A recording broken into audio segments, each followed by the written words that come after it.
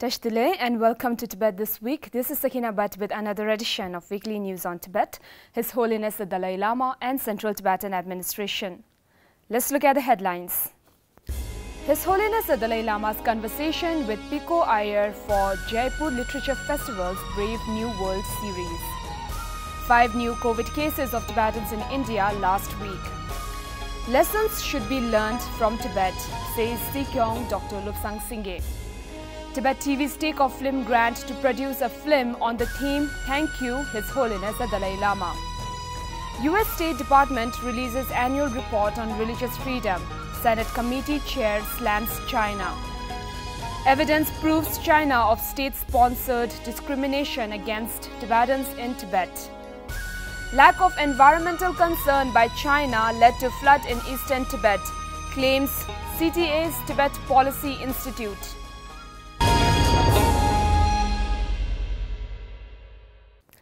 His Holiness the Dalai Lama spoke about the necessity of developing karuna and ahimsa derived from Indian philosophy, which are essential in this modern age.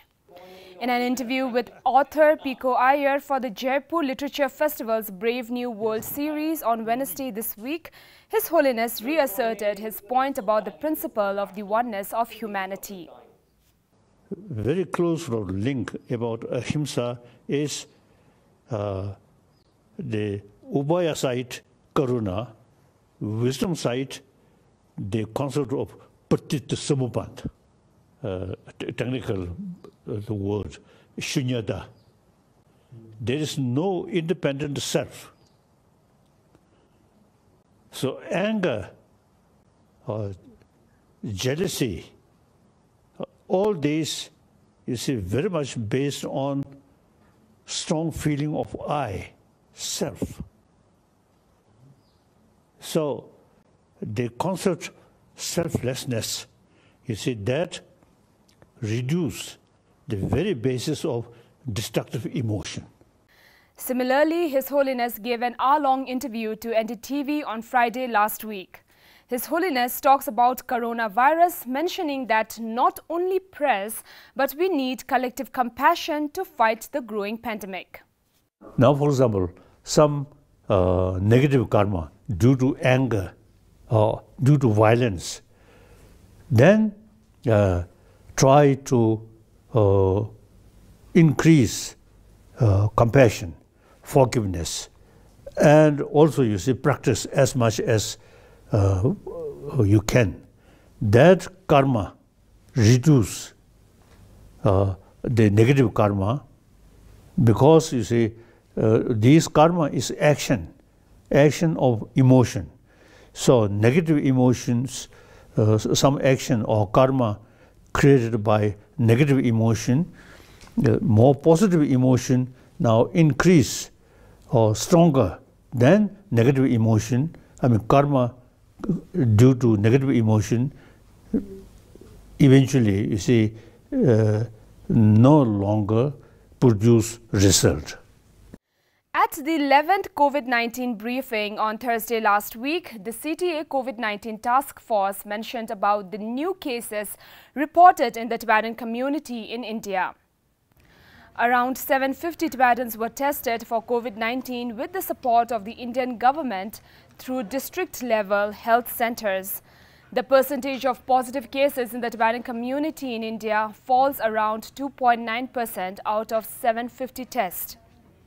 The total number of cases in the Tibetan community is 24, out of which 9 cases are active, 13 are recovered, and 2 have passed away. Majority of the positive cases reported were said to have recent travel history from Delhi. The status of COVID-19 in Tibetan community abroad has improved, and so far no new cases have been revealed lately.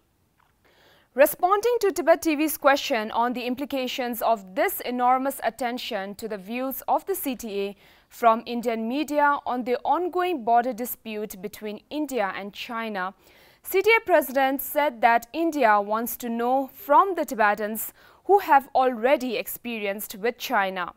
Is the growing interest on the Tibet issue by major news media of India Essentially, they want to understand the Chinese mindset, their ideology, their war strategy, as to how there was face-off at Doklam in 2017 in Bhutan, Nepal, and Sikkim border, and then now in Ladakh, right? So they want to understand why this is happening, and many of the Indian news media now realize that the Tibetans are the best expert, so to speak, because they have experienced the occupation of Tibet and the suppression of Tibetan people.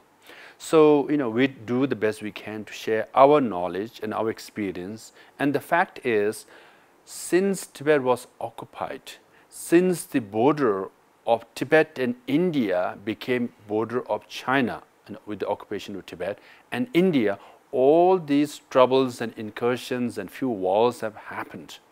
So that's what we try to explain, and we said in Mao Zedong and other Chinese leaders have made it very clear that Tibet is the palm. You occupy the palm, then you go up to 5 fingers, right? Ladakh, Sikkim, Nepal, Bhutan, and Arunachal Pradesh. So the incursion in Ladakh is because of one of the 5 fingers, and incursion in Bhutan Doklam area is because of one of the 5 fingers.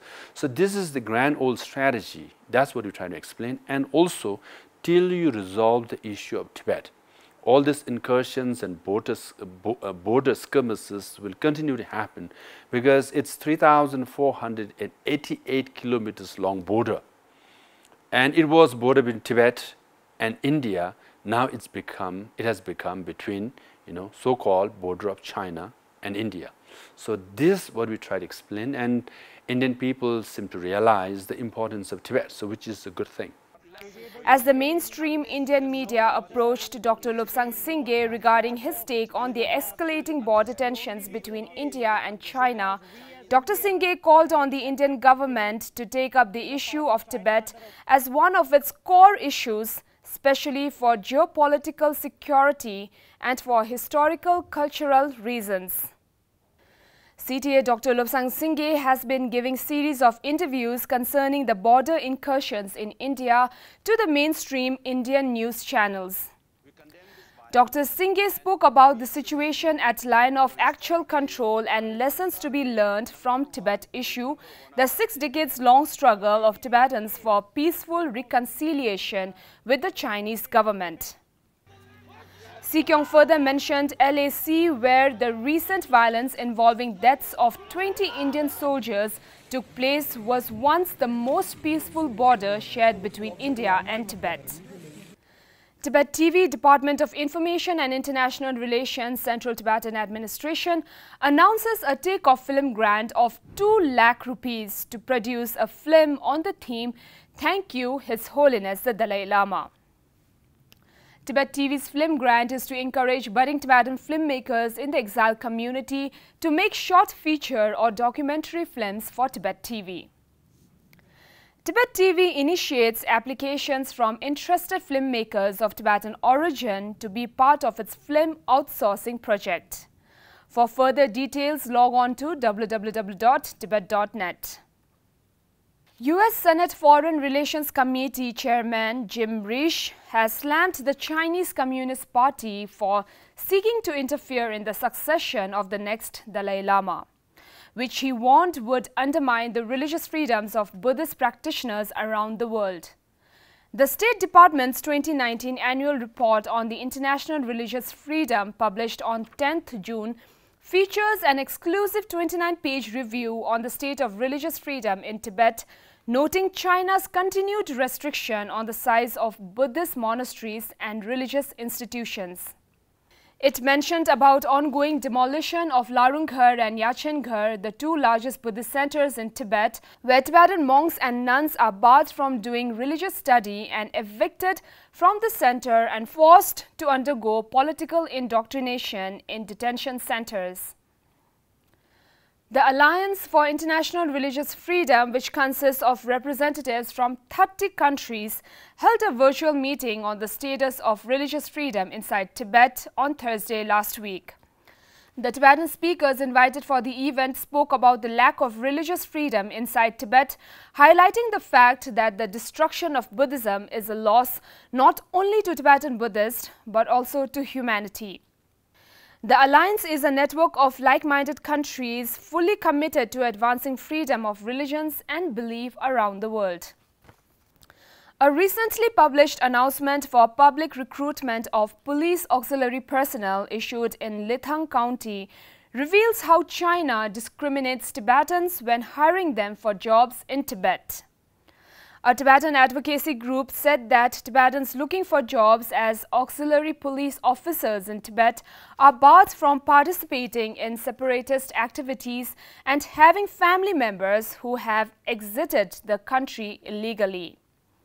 According to the guidelines, the applicants are disqualified under some preconditions for the recruitment. To be considered for this job, the applicant must not have participated in any form of protest against the Chinese policies in Tibet and must not have spread any rumors and false information that undermine social stability. Over 8 million people have been affected by floods that occurred in eastern Tibet during late May and worsened in early June. The flood caused a major economic loss in the region and displaced thousands of people. Temper Gelson, an environmental researcher in Tibet Policy Institute, CTA, mentions about the lack of environmental concern by the Chinese authority that led to this catastrophic. We are very sad to see a massive flood happening in Rungta in Eastern Tibet. And we pray for a quick recovery and return of Tibetans who lost their homes. The primary cause of the flood is, of course, heavy rainfall, but the situation has been exacerbated by excessive construction activities in the region and also excessive mining, and as well as building of too many dams along the river valley. So much for today. See you next time and have a great weekend.